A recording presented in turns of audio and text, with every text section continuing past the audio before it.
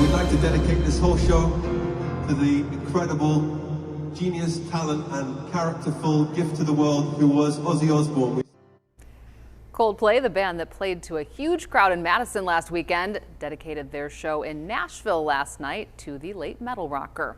Ozzy Osbourne had an impact on so many people across the world through his music and his performances, and that includes some right here in southeast Wisconsin. Yeah, Jacob Murphy talked with one man who saw Ozzy up close in Milwaukee back in the 80s and has a pretty cool story to tell.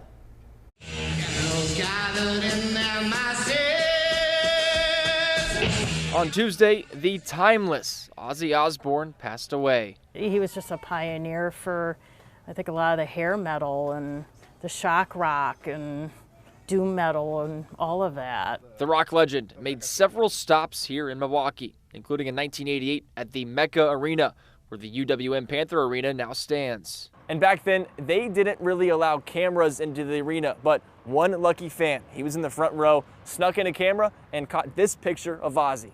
I knew you really weren't supposed to record, have anything in there, and they'd confiscate things. They had a camera, they'd take it, that was it, it was done. Steve Sutheimer was 14 back in 1988 and got a ticket from a friend who couldn't go. And he had to sell the ticket, and I was there with the money, and well, the rest was history. I had the ticket, smiled ear to ear, and thanks, Eric. It cost him a whopping $26. I got my $26 worth just in memories. It was good times. I wouldn't change it all now. Especially when Steve, this was the top of the line, probably an 85 as far as a quick camera, decided to take a shot in the dark.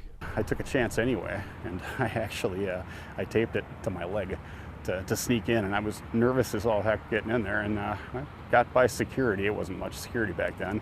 And snapped these pictures of Ozzy, capturing the diary of a madman. You think he's looking right at you? Oh yeah, he definitely was. And he just, like, he stayed and watched me for a second. I think he was probably getting a kick out of me because I was just going nuts, you know, being probably the youngest kid in the front row for sure. 35 years later, Steve can put himself right back into the pictures. And remember Ozzy. Those of us who were into this kind of music, we had Ozzy, and we never thought the day would come.